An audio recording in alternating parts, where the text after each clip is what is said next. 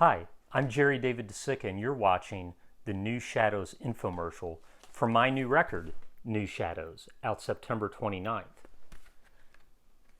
It also comes out on the compact disc format. You may be asking yourself already, what are New Shadows? And why is he wearing the same thing in the infomercial that he's wearing on the album cover? We're going to put both of those questions in the parking lot for now, and we'll revisit them towards the end. I wrote this record sometime around 2019, 2020, on my front porch and about my front porch. No, just actually on my front porch. None of the songs are about my front porch, but they are about things that were going on in my life and in my imagination. Songs that were maybe more about the difference between solitude and isolationism, between ruralism and community and companionship, and the different expectations that we have in life. I wrote them all on my acoustic guitar, and when it was time to make a record, I decided that I didn't want it to sound like a guy with an acoustic guitar. I wanted to take it out of that world and put it into a different world. And I started thinking about what reminds me of loneliness, desperation, solitude. And I thought of the Linn drum machine. I grew up with music with Linn drum machines. Lindsey Buckingham, the Go Insane record in Law and Order. He used a Linn drum machine on this whole record, except for, of course, the hit song. Don Henley's Building the Perfect Beast. Bruce Springsteen's Tunnel of Love album.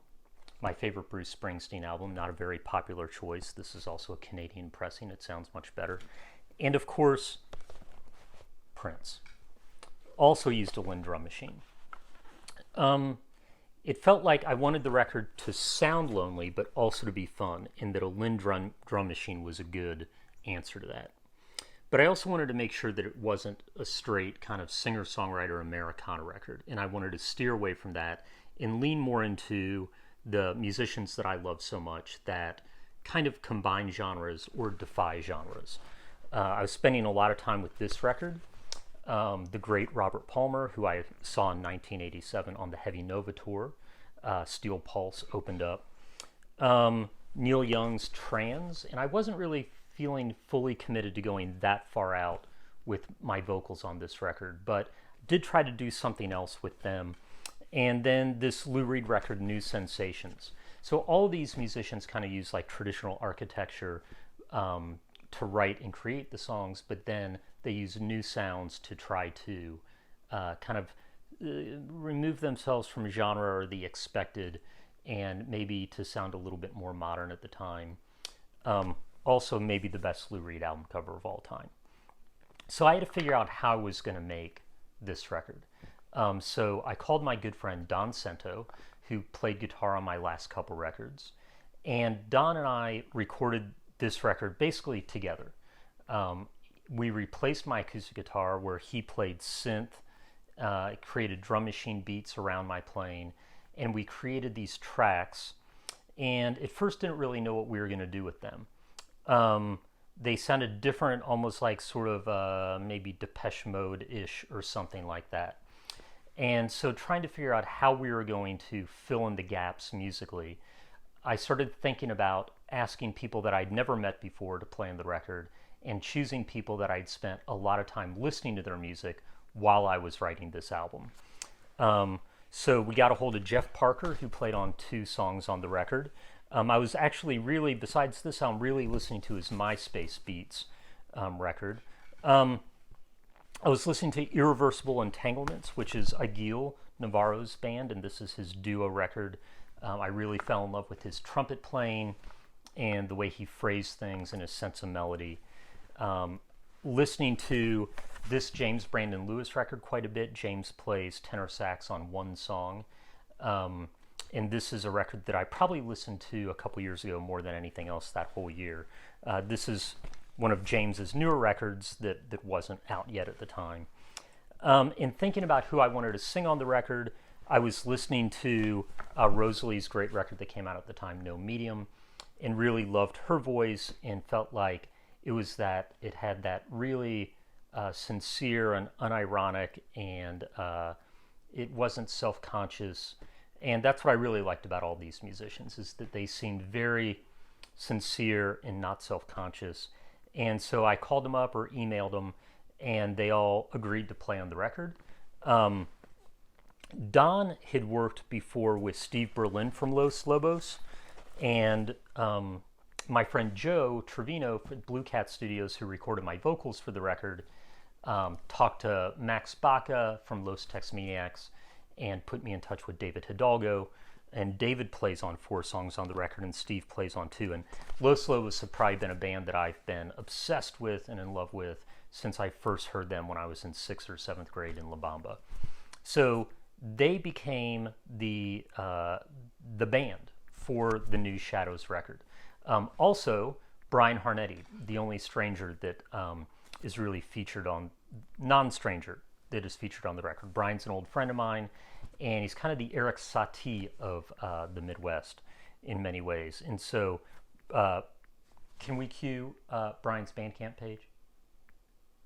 I was listening to Brian's stuff on Bandcamp quite a bit and really fell in love with the music of his that didn't really include any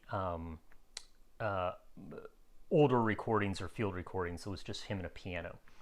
And so he played electric piano on several of these songs. Don mixed it with Stuart Sykes. We also had, who else plays on it? We have a horn section. Glenn Fukunaga plays double bass and electric bass. He plays a lot with Terry Allen. Sean Harvey plays percussion. There is a crying baby on one of the songs. I recorded a helicopter sound down the street. So it was a totally different experience to kind of create this record, putting my songs in a new world with New Shadows. And New Shadows are really just kind of like finding like a new version of yourself that was maybe under the covers or that you didn't know about beforehand. But of course it takes light to be able to see those shadows, and I think there's a lot of light on this record because there's not just songs about self-hate and lost children and funerals and capitalism. There's also there's a song about a bug on here called Walking Stick. So I think there's a lot of positivity in the record too. Again, it comes out everywhere in the world on the vinyl and CD format on September 29th. Thank you so much for watching my infomercial, and I hope it's been informative. I feel like I'm forgetting something. The artwork. The photograph was taken by Oscar Moreno, and the artwork and the layouts by Greg Bennell. And so why am I wearing the same thing on the album cover that I'm wearing in my infomercial? We just took these pictures and made this album cover this morning. So, in fact, this may not even be dry yet. But yeah, so I do have more clothes, but that's why I'm wearing the same thing. Thank you so much for watching my infomercial, and I hope you enjoy the record.